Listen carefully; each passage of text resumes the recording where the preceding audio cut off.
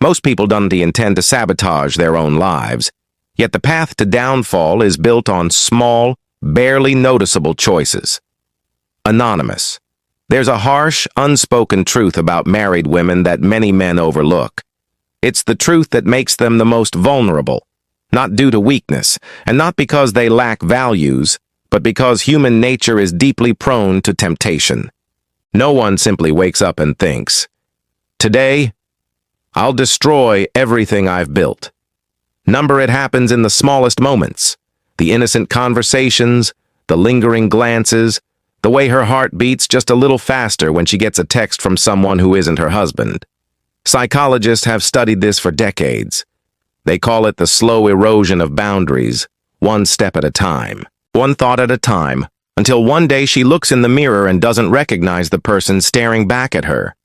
So why are some married women so easy to lure in?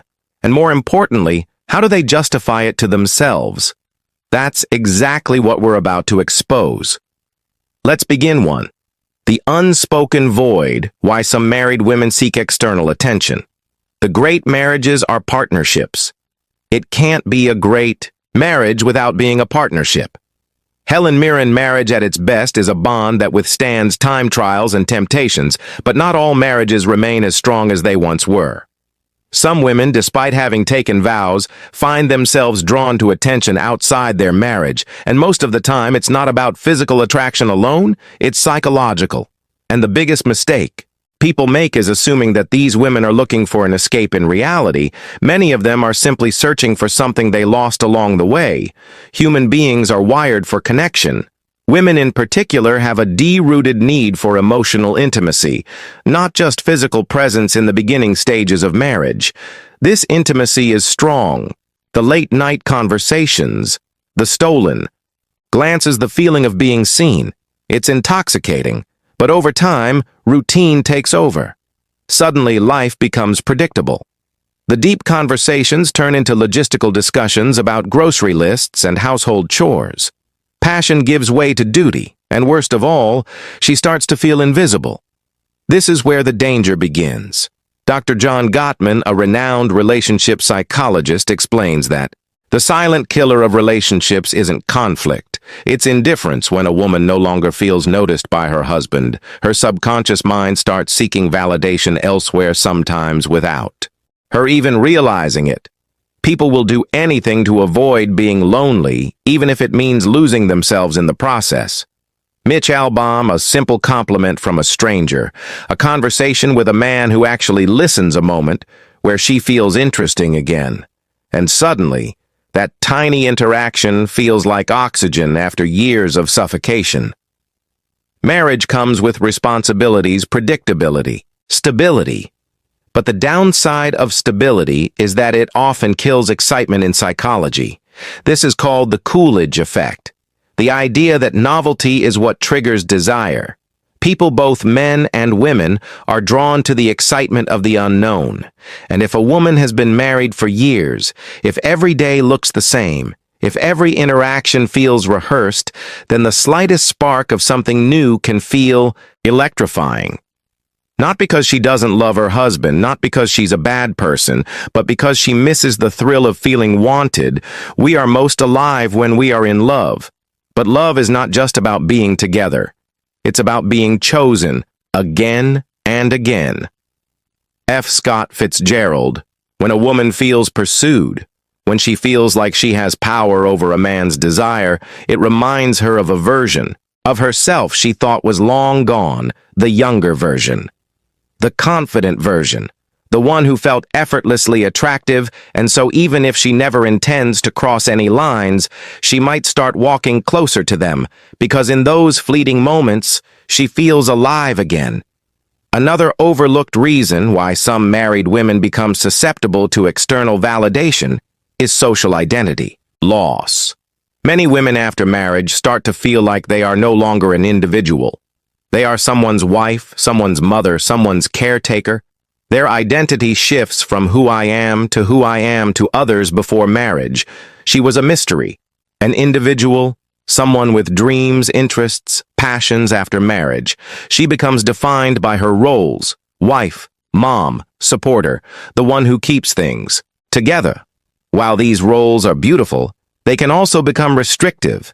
If a woman no longer feels like her own person, she might start seeking out interactions that make her feel separate from her role. And sometimes that interaction comes in the form of another man, too. The justification game. The mind will always find a way to justify what the heart has already decided. Anonymous, no one wakes up one day and says, "I think I'll betray my marriage today." That's not how it works when a married woman begins engaging in emotionally or physically risky behavior. It doesn't happen all at once. It's a slow, slippery process, one that is often justified in the deepest corners of her mind long before it manifests in real life. Because the truth is, guilt is an unbearable weight, and if someone can convince themselves that what they're doing isn't really wrong, they no longer have to carry that weight. So how does this happen? How do married women rationalize crossing the line at first? Everything feels innocent. It's just a little attention. What's the harm? I'm just talking to him. There's nothing wrong with that. It's not like I'm cheating. I'm just enjoying the moment. The human brain is a master of self-deception. If something feels good, but goes against one's moral values, the brain creates excuses to bridge the gap. Psychologists call this cognitive dissonance. The tension that arises when our actions contradict our beliefs, and when that tension becomes too much to bear, the mind bends reality to protect itself. The easiest person to fool is yourself. Richard Feynman. So a woman who was once completely loyal starts playing mental games. She downplays her actions. It's just flirting. It's not like I'd actually do anything. She shifts the blame. If my husband paid more attention to me, I wouldn't need this. She compartmentalizes. This has nothing to do with my marriage. This is just something separate for me. But here's the kicker. The more she justifies, the further she'll go. For many married women, the first betrayal isn't physical, it's emotional. This is what makes it so dangerous with physical cheating. The lines are clear. There's no gray area in kissing, sleeping with, or intimately touching another man, but an emotional affair. That's where things get blurry. Late-night texts, conversations that go deeper than they should, sharing personal struggles with another man instead of her husband. At first, she tells herself, it's just emotional. There's no harm in talking, but emotional intimacy is powerful. When a woman shares her mind, her thoughts, and her emotions with a man, she's already started detaching from her husband. Cheating isn't always a physical act. The moment you start keeping secrets from your partner, you've already crossed the line unknown. And this is where the real danger lies, because when emotions are deeply involved, physical boundaries start to break down. The "I deserve this" justification, the last and most dangerous rationalization, is the "I deserve this" mindset at this stage. A woman no longer sees her actions as questionable in her mind. They are justified. I've sacrificed so much for this marriage. I deserve to feel good again. He's ignored me for years if he doesn't care. Why should I? I've been faithful for so long and it's gotten me nowhere. What's the point? This is the point of no return.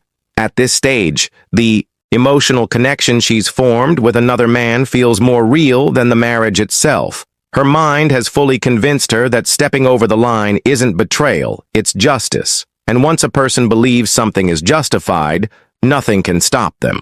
The reason married women sometimes become the easiest prey isn't because they are weak-willed or immoral, it's because the human brain is wired to rationalize what feels good.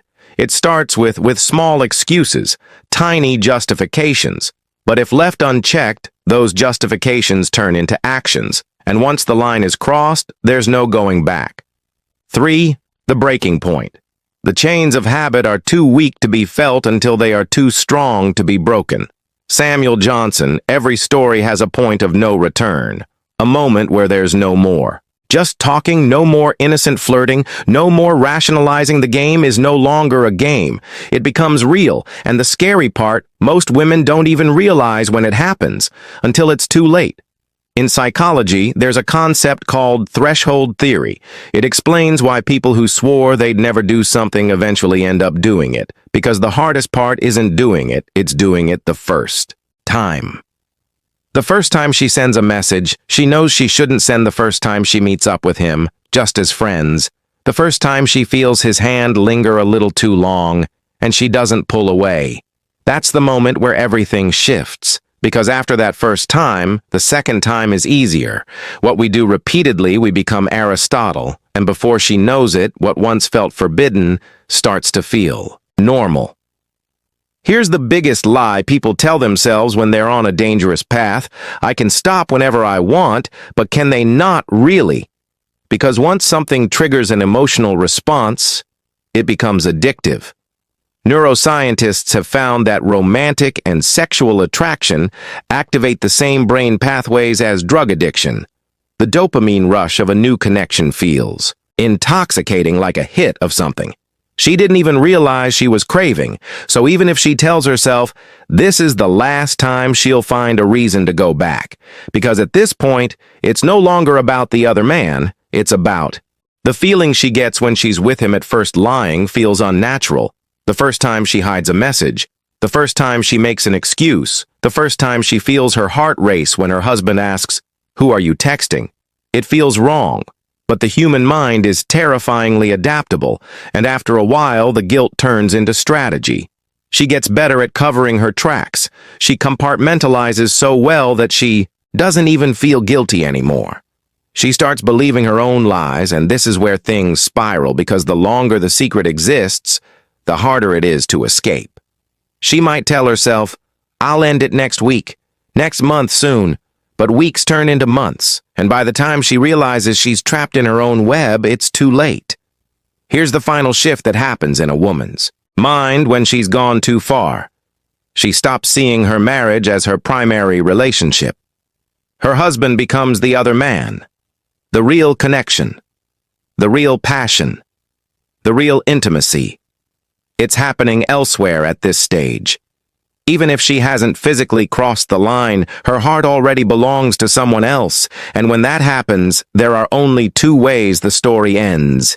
She gets caught, she eventually walks away from her marriage, unable to live a double life anymore. So why are some married women the easiest prey? Because they're not looking to cheat, they're looking to feel something they lost, and once they find it, walking away feels impossible, not because they don't love their husbands, but because they've convinced themselves that what they've found is something they'll never get back at home. And once that belief settles in, nothing will ever be the same again. So if you understand this truth, you hold power. The power to see what others miss, the power to read between the lines, the power to recognize the silent signals before they turn into something irreversible, and with that knowledge you'll never be blind to the game again. This is Stoic Guide. Until next time, take care and see you in the next video.